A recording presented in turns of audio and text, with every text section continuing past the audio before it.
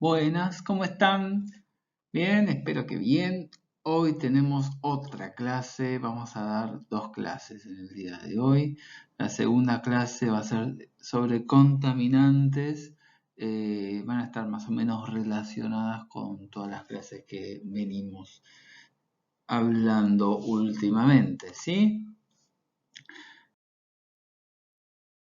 Ya algo hablamos sobre contaminantes y polutantes, vamos a repetir otra vez algunos conceptos, ¿sí?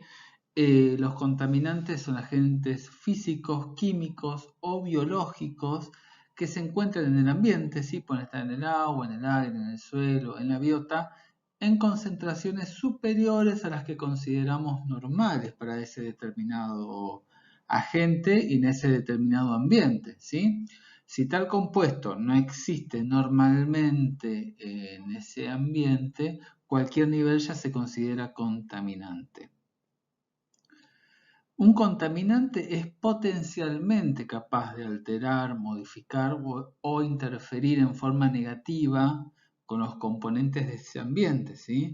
Siendo un factor de riesgo para el hombre y para otros seres vivos. Por lo tanto, recordemos que contaminante es un potencial polutante, ¿sí? Que va a depender de la dosis y de lo que se considere daño en ese momento, ¿sí? Además, un contaminante puede ser polutante para ciertos organismos, pero no para otros. Estos ya son conceptos que ya los vimos en la otra clase.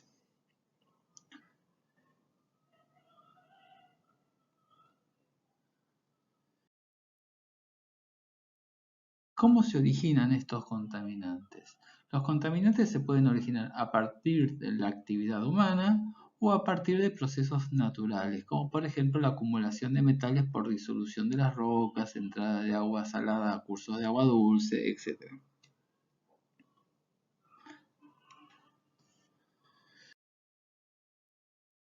¿Y cómo pueden clasificarse estos contaminantes? Los contaminantes pueden clasificarse en contaminantes físicos, por ejemplo la temperatura, contaminantes químicos, estos pueden ser orgánicos o inorgánicos, y contaminantes biológicos, por ejemplo los microorganismos patógenos, o sea, patógenos que generan daño.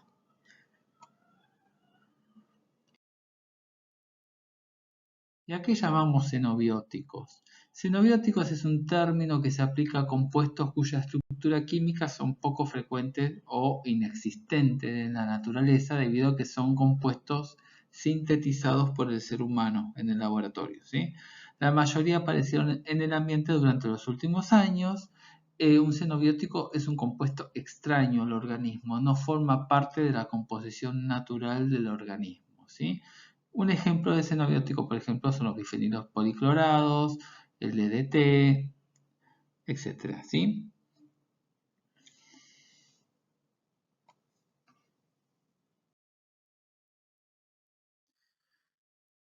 ¿Qué es un contaminante emergente? Son compuestos químicos de origen sintético o natural de los cuales se conoce o se sospecha que pueden llegar a causar efectos sobre organismos del ecosistema y la salud humana. Estos organismos como son, estos digo compuestos como son tan nuevos, son desconocidos, generalmente no están monitoreados en forma sistemática y no hay una regulación de estos compuestos, ¿sí? No hay legislación hacia estos contaminantes emergentes. Entre estos contaminantes emergentes tenemos los fármacos, productos de higiene personal, pesticidas, antibióticos, sustancias nuevas que aparecen, ¿sí?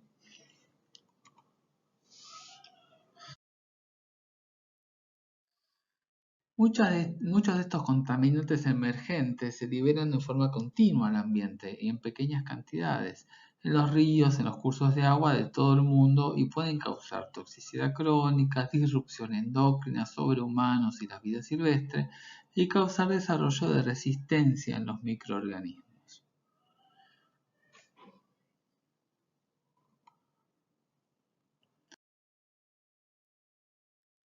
Vamos a hablar un poquito sobre los contaminantes químicos, inorgánicos y los inorgánicos. Los contaminantes químicos inorgánicos, en primer lugar tenemos a los metales, ¿sí? Los metales son sustancias naturales presentes en la Tierra ya desde antes de la existencia del hombre, ¿sí? Y se vuelven contaminantes por efecto de la actividad humana, por ejemplo la minería, ¿sí? Y la liberación de los depósitos por actividad volcánica o por la misma erosión.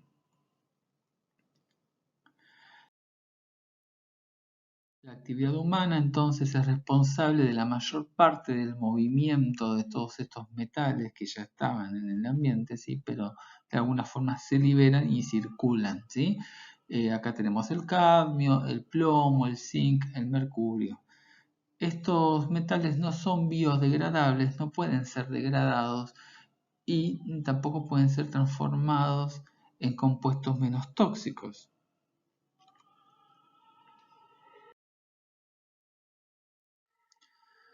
Un ejemplo de cómo lo que sucede con estos metales, ¿sí? Es el caso del mercurio, que ya lo vimos en la otra clase, donde por metabolización de los organismos se metilan, ¿sí?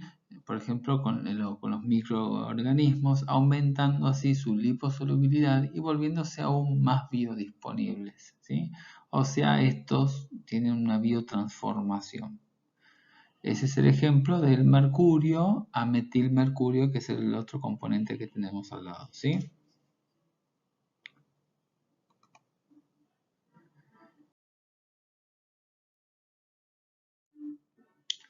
¿Y qué pasa? El organismo, cuando se enfrenta a estos metales y ante la evidencia de que no los puede metabolizar, ¿sí? Ni tampoco los puede eliminar en muchos casos porque tienen vida media muy prolongada, lo que hace el organismo es esconderlos de alguna forma, ¿sí? Entonces los une a otras proteínas, por ejemplo las metalotioneínas. Las metalotioneínas son proteínas con mucha cantidad de cisteínas. Estas cisteínas, si se acuerdan de la clase que vimos aminoácidos, tienen grupos sulfidrilos, tienen azufre, ¿sí? Estas metalotioneínas lo que se van a encargar es de mantener la homeostasis de los diferentes metales,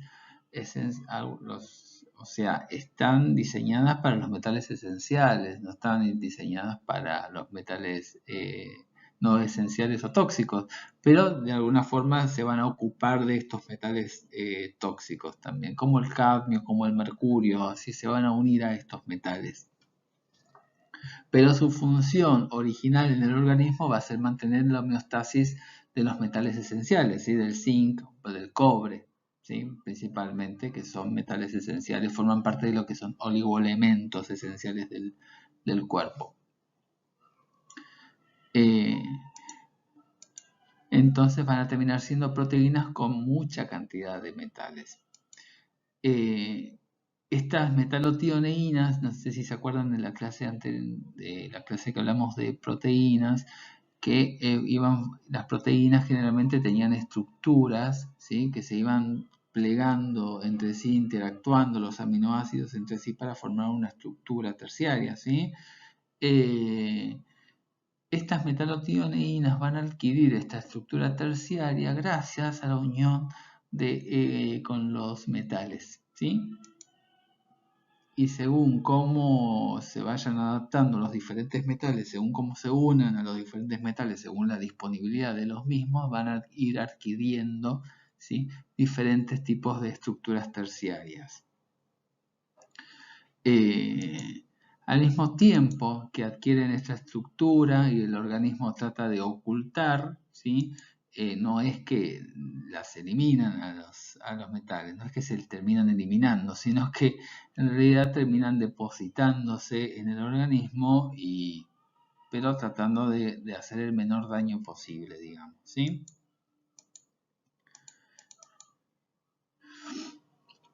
No solamente estas metalotioneínas se encuentran en el ser humano, sino que también se encuentran en otros organismos. Por ejemplo, en los bivalvos. Los bivalvos se encargan de filtrar agua todo el tiempo, son grandes filtradores de agua y además se mantienen generalmente en el mismo lugar, no es que se van desplazando de un lado al otro. Por lo tanto, también la expresión de esta proteína, de estas metalotioneínas en los bivalvos y cómo se unen estas proteínas a los diferentes metales va a ser una forma de expresión de la contaminación, ¿no? de esta agua donde están los bivalvos, ¿sí? A los diferentes metales. Incluso la presencia de metales, de estos metales tóxicos, van a expresar en los bivalvos estas metalotioneínas, van a inducir la expresión de estas proteínas para, de alguna forma, como dije ahí, esconder a estos metales que son tóxicos para estos organismos, ¿sí? Así que, por una parte, las metalotioneínas sirven en la homeostasis de metales esenciales, porque incluso los metales esenciales pueden estar en niveles tóxicos, ya cuando superan la cantidad de lo que realmente necesita el organismo, van a estar presentes para, de alguna forma, regular la presencia de estos metales esenciales y de alguna forma van a participar escondiendo estos metales tóxicos también, ¿no? Además de servir también como una forma de regular todo lo que es la expresión de los radicales tipo redox, ¿sí? También las metalotioneínas son factores protectores en todos los radicales libres. Les voy a dejar un artículo para que lean sobre metalotioneínas en EVA.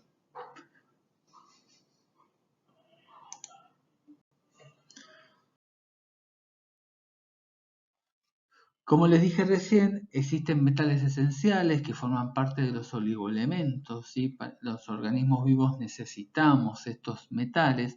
Entre estos metales esenciales tenemos al zinc, que forma parte de muchas enzimas, el cobre, que está presente en la citocromo oxidasa, el hierro, que ya lo nombramos un montón de veces como parte de la hemoglobina, como parte de la mioglobina, ¿sí?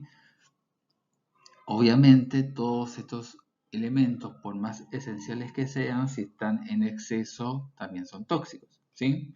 Incluso, por ejemplo, hay intoxicaciones referidas por consumo de hierro, que es lo que se toma generalmente para el caso de anemias, ¿sí?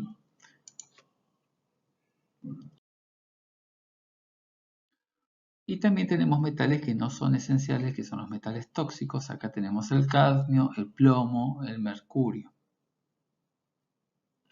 Estos metales no tienen funciones biológicas conocidas y cualquier cantidad de estos metales en los organismos, estamos hablando de una exposición a contaminantes, ¿no?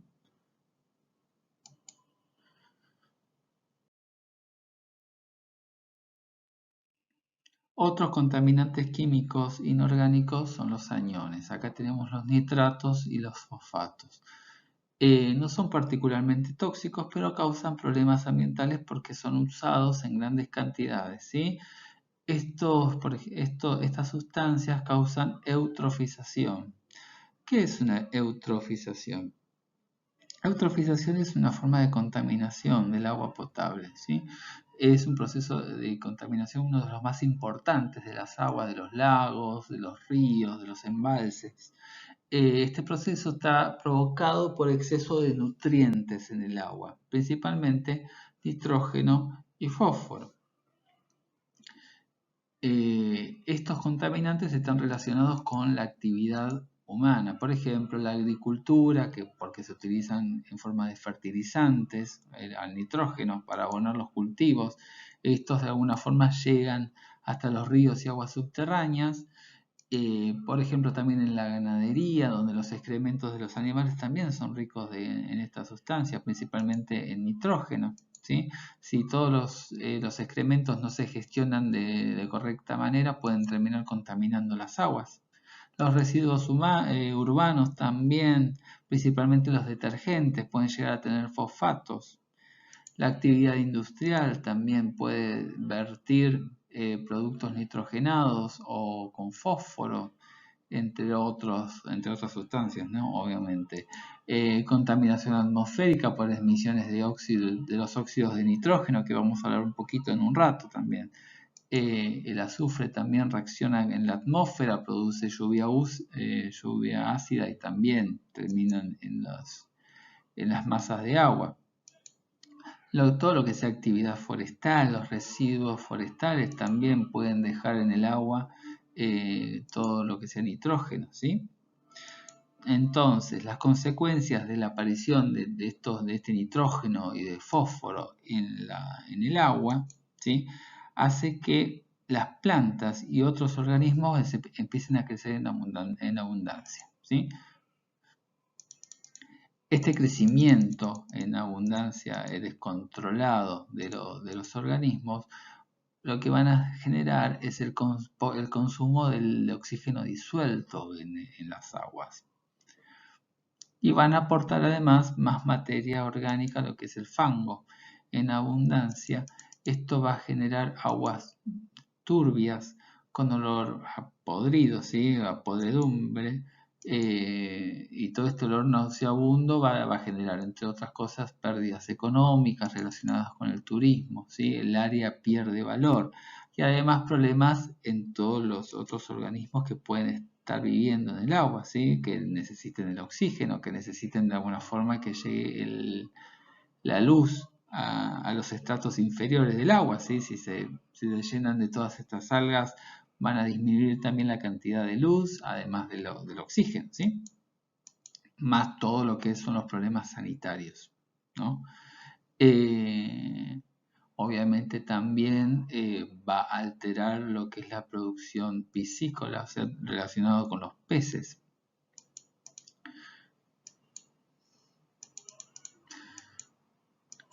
Otra de las cosas que puede llegar a afectar, por ejemplo, es la eutrofización, es que esta agua no sea más navegable, ¿sí?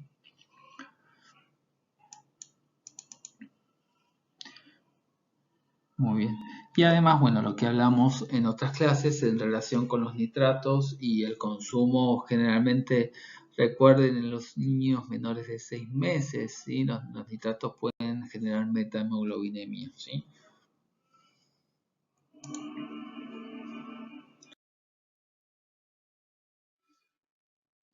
Otro de los contaminantes son los orgánicos. Los orgánicos están generalmente formados por cadenas de carbono y de hidrógeno, ¿sí? Tengan en cuenta que si estas cadenas de hidrocarbonadas, cuanto más lineales son, más fácilmente son biodegradables que aquellas cadenas que tienen ramificaciones, ¿sí? Este como primer concepto. Vamos a ir viendo de que además, cuanto más larga la cadena, es más difícil que sea biodegradable además.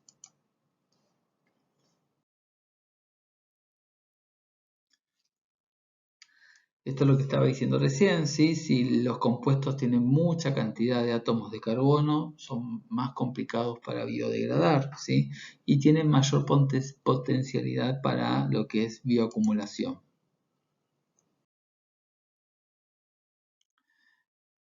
Y otro de los conceptos que quiero que se lleven en esta clase son los hidrocarburos aromáticos policíclicos, que ya lo hablamos en la clase de cáncer, ¿sí? Cuando hablamos de Percival Pot y del cáncer asociado con los limpiadores de los gym, ¿sí?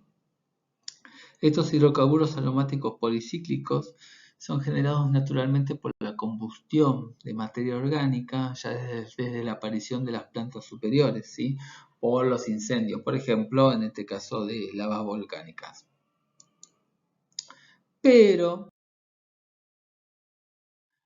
al igual que lo que sucede con la minería y los metales, la aparición de estos hidrocarburos aromáticos policíclicos también tienen que ver con la actividad humana, ¿sí? Cuanto mayor combustión de carbón y de petróleo relacionado con la actividad humana, mayor cantidad de estos hidrocarburos policíclicos van a estar en el medio ambiente, ¿sí? Entonces estos hidrocarburos aromáticos policíclicos van a estar derivados de todo lo que sea combustión de metales, de material orgánico, principalmente contienen desde 2 anillos aromáticos. A partir de 2 anillos aromáticos o más, ya estamos hablando de hidrocarburos aromáticos policíclicos. Y una de las características de estos hidrocarburos, principalmente el benzoapireno, que es el que está a la izquierda y arriba, ¿sí? O BAP, es uno de estos hidrocarburos aromáticos policíclicos con mayores características de mutagénicas, carcinogénicas, teratogénicas. Eso es lo que estamos hablando cuando hablamos de Percival Pot, ¿sí? Se halla presente en la mayoría de las fuentes de producción de estos compuestos, por ejemplo, todas estas combustiones de carbón y de petróleo, estamos hablando de la presencia de este benzoapireno, ¿sí? Y además tiene la característica de tener una vida media en el suelo de aproximadamente 160 días, ¿sí? Tiene un tiempo de permanencia bastante prolongado. No solamente está asociado, bueno, por ejemplo, cuando hablamos de la exposición al alquitrán y a los en los desollinadores, sino que también se vio relacionado en el desarrollo de cáncer de pulmón en los trabajadores de la industria del acero, del coque, ¿sí? Así que está demostrado que es cancerígeno.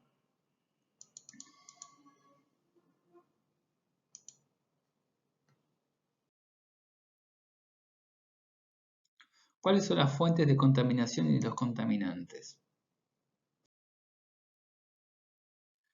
Por una parte tenemos lo que es la combustión, esta combustión industrial, doméstica o transporte. Acá tenemos generación de monóxido y de dióxido de carbono. También tenemos formación del óxido de nitrógeno y los óxidos de azufre. Estos dos óxidos van a generar en el ambiente lo que es el ácido sulfúrico, nítrico, y va a estar relacionado con la lluvia ácida. La fuente de los óxidos de azufre y de nitrógeno son los volcanes, la quema de combustibles fósiles. Además también tenemos todo lo que sean los hidrocarburos que van a generar peroxiacetilnitratos por combinación con los óxidos de nitrógeno, que ahora lo vamos a hablar un poquito más, que es lo que genera todo lo de smog fotoquímico, y los hidrocarburos aromáticos policíclicos que hablamos recién, que es por la combustión incompleta de la madera, carbón y productos del petróleo. Así que tenemos desde las fuentes, lo que sean motores, vehículos, centrales eléctricas, tenemos contaminantes primarios, que tenemos los óxidos de nitrógeno, los compuestos orgánicos volátiles, principalmente hidrocarburos. Como contaminantes secundarios tenemos el ozono, los ácidos, los peroxiacetilnitratos o el PAN que tenemos ahí, y todo esto junto va a generar lo que es el smog, que es la atmósfera negra, más todos los problemas respiratorios asociados a la presencia del smog fotoquímico.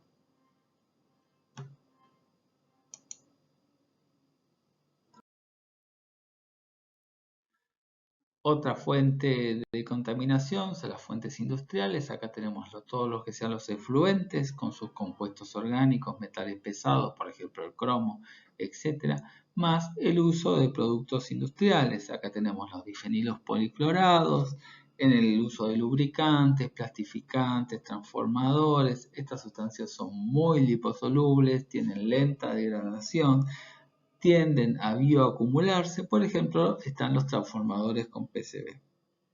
Después tenemos las dioxinas, que son contaminantes relacionados con los herbicidas y conservadores de la madera, son productos de combustión de materiales con cloro, y el tetracloroetileno y el tricloroetileno, que son los solventes y desengrasantes.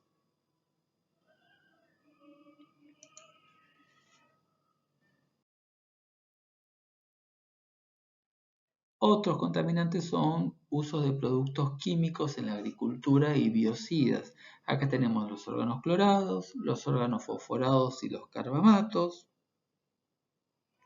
los piretroides, los herbicidas como el glifosato, los fenoles, los metales, arsénico, cobre y mercurio, que están prohibidos, los organometálicos como el tributilestaño, que lo vamos a ver en próximas clases, ¿sí?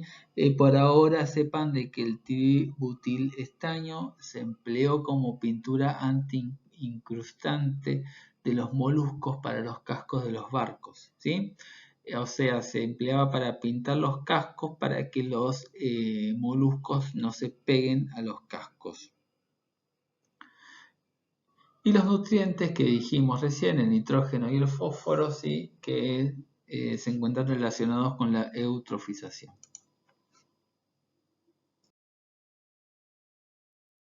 Otras fuentes, acá tenemos los productos para el hogar, hablamos de los detergentes, ¿sí? Los derrames accidentales, por ejemplo, de petróleo, y los efluentes locales de la agricultura y ganadería, que también los nombramos recién, que son fuentes de nitrato y de fosfatos, además de los microorganismos, productos farmacéuticos que se emplean, ¿sí? Higiene personal y antibióticos.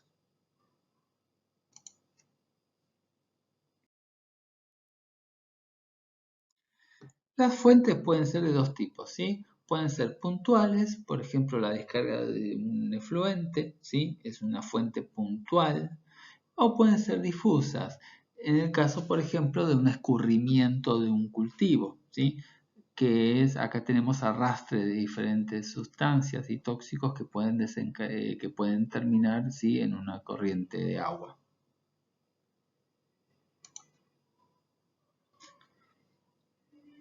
Otra fuente puntual, por ejemplo, sería una chimenea.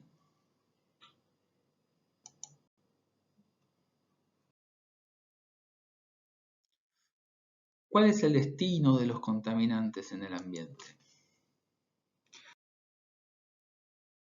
Los contaminantes, una vez emitidos o descargados en el ambiente, pueden ser transportados, transformados y entrar en contacto con un receptor, en el caso de un ser vivo, ¿sí? Y ejercer efectos tóxicos, obviamente, sobre el receptor. En cuanto al transporte, una vez en el ambiente, los contaminantes son transportados por el aire, por el agua o a través del suelo, ¿sí? Existen modelos de dispersión que de alguna forma permiten predecir la concentración de los diferentes contaminantes, ¿sí? Puede ser en el aire mediante modelos de difusión atmosférica o en el agua mediante modelos de difusión en ríos, lagos y en aguas subterráneas, etcétera, ¿sí?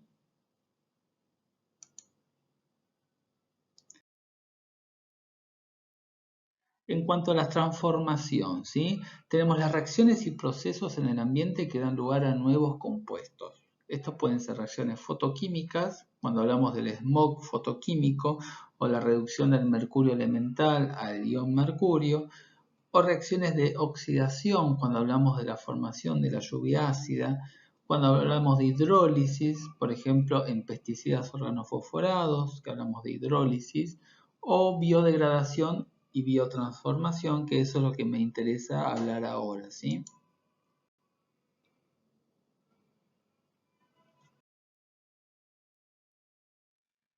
¿Qué es la biodegradación? La biodegradación, hablamos de la ruptura de un compuesto orgánico por actividad de microorganismos.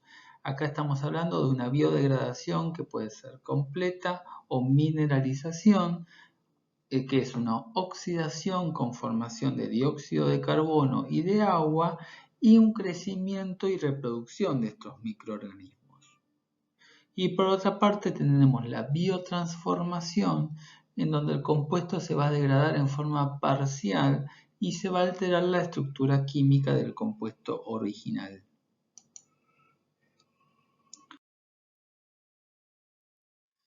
Para que haya una biodegradación necesitamos enzimas. Estas enzimas pueden ser liberadas al medio, serían exoenzimas, van a degradar las macromoléculas en unidades más pequeñas que de alguna forma van a poder ingresar dentro del microorganismo. y ahí van a actuar las enzimas intracelulares, que va a permitir la degradación intracelular de estas unidades más pequeñas a otras unidades mucho más pequeñas hasta la formación de agua y dióxido de carbono, ¿sí? Entonces se requieren muchas enzimas para la biodegradación de una sustancia y la falta de una va a detener el proceso.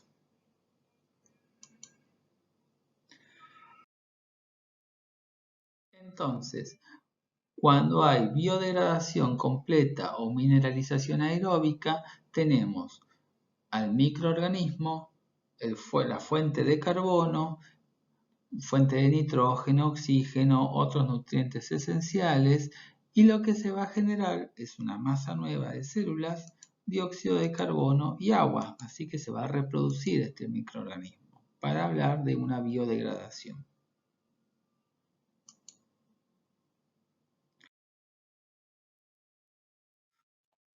¿Cómo vamos a clasificar a los tóxicos según la biodegradabilidad? ¿Sí?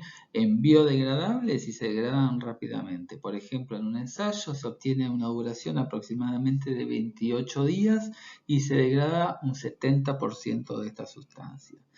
Podemos hablar de un tóxico persistente si no sufren degradación en un medio ambiente particular, pero pueden ser degradados bajo condiciones experimentales. Hasta 3 meses, que necesitamos una selección de cepas de microorganismos capaces de degradar estos compuestos, más adición de nutrientes. Es todo lo que sucede con los clorofenoles. Y las sustancias recalcitrantes que ya son intrínsecamente no biodegradables, por ejemplo, tenemos los asfaltos.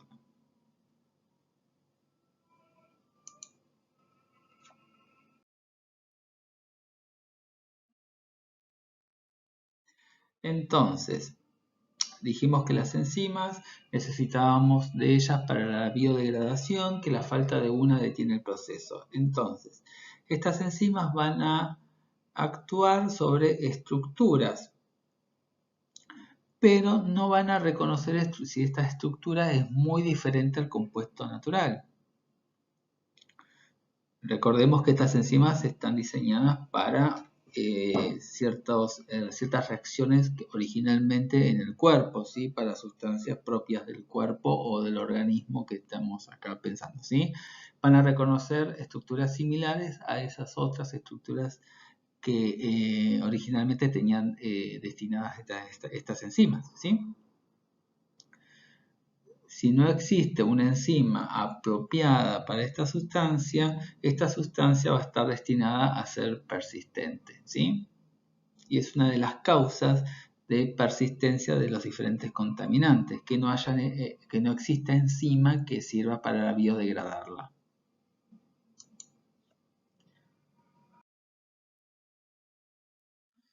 Y un ejemplo de lo que es biodegradabilidad tenemos a los alquibenzensulfonatos, ¿sí? Lo que se sabe de estas sustancias que son detergentes es que todos son eficientes como detergentes, pero si estas sustancias son lineales, como vemos en la imagen inferior, son más biodegradables que otros alquibenzensulfonatos que son ramificados. Por ejemplo, esta imagen de acá arriba, que acá tenemos una ramificación, acá tenemos otra, acá tenemos otra, acá tenemos otra, ¿sí? Entonces, lo que se vio que en la medida que se pueda reemplazar estos detergentes que son más biodegradables, vamos a evitar lo que es la persistencia en el ambiente de estos otros que son más ramificados, ¿sí?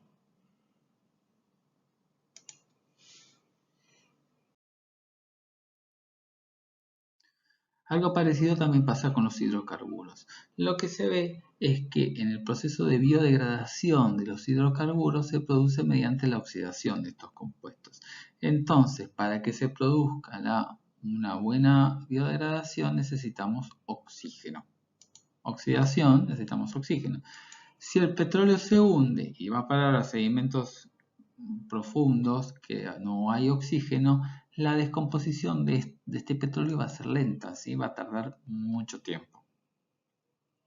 Y puede permanecer durante años sin que ocurra ningún tipo de modificación en su estructura química. Algunas fracciones de hidrocarburos, ¿sí?, son fácilmente biodegradables por oxidación, como dijimos recién, por diferentes microorganismos en condiciones aeróbicas, o sea, necesitamos sí o sí oxígeno. Esto se va a llamar bioremediación. Las bacterias y los hongos degradadores de hidrocarburos son los principales agentes de la descomposición del petróleo y sus derivados.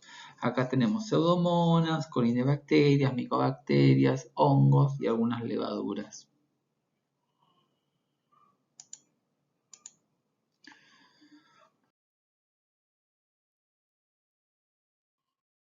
El petróleo más insoluble va a flotar formando manchas en la superficie del agua y las fracciones más volátiles, que son las que tienen menos cantidad de carbono, son las que se van a evaporar fácil, rápidamente, ¿sí?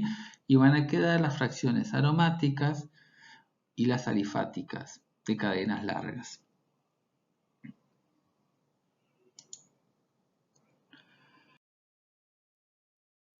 Y acá tenemos las bacterias que se van a encargar de biodegradar, ¿sí? Los microorganismos degradadores de hidrocarburos presentes en estos casos tenemos a estos microorganismos que recién los nombramos, ¿sí? Las bacterias Olibacter, Thalassolitus y Alcaniborax. Son las bacterias encargadas, son microorganismos degradadores de hidrocarburos. Que estos microorganismos están generalmente presentes en los ecosistemas, ¿sí?, pero en proporciones bajas. Y ante la presencia de estos hidrocarburos van a aumentar su presencia, ¿sí? Y estos microorganismos degradadores van a atacar las diferentes gotitas insolubles de petróleo, ¿sí? En donde acá se ve una fase de agua, acá tenemos la fase alcana, que es la fase liposoluble, y la presencia de estas bacterias degradadoras.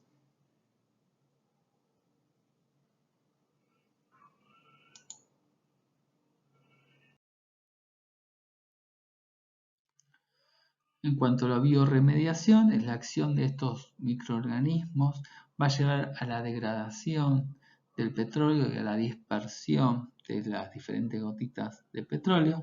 Un 80% de los componentes no volátiles es oxidado meses después de producirse el vertido, y el agregado de nutrientes inorgánicos, como por ejemplo fósforo y nitrógeno, puede acelerar el proceso de bioremediación o con el riesgo, ¿no?, de la eutrofización, sí, que hablamos recién.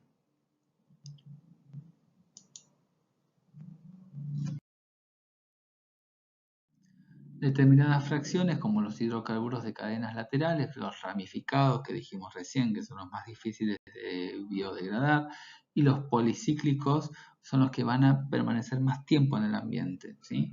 Y el petróleo que alcanza los sedimentos más profundos, como dijimos recién, que no tenemos oxígeno, por lo tanto hay menos probabilidad de biodegradación, son los que van a causar efectos significativos sobre los organismos y las comunidades y los ecosistemas a largo plazo. Y con esta diapositiva me despido de ustedes, esta mini clasecita, para terminar de completar la anterior, ¿sí?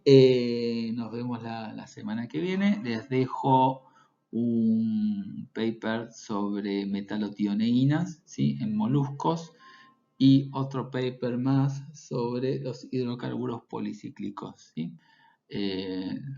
Un saludo grande y nos vemos la semana que viene.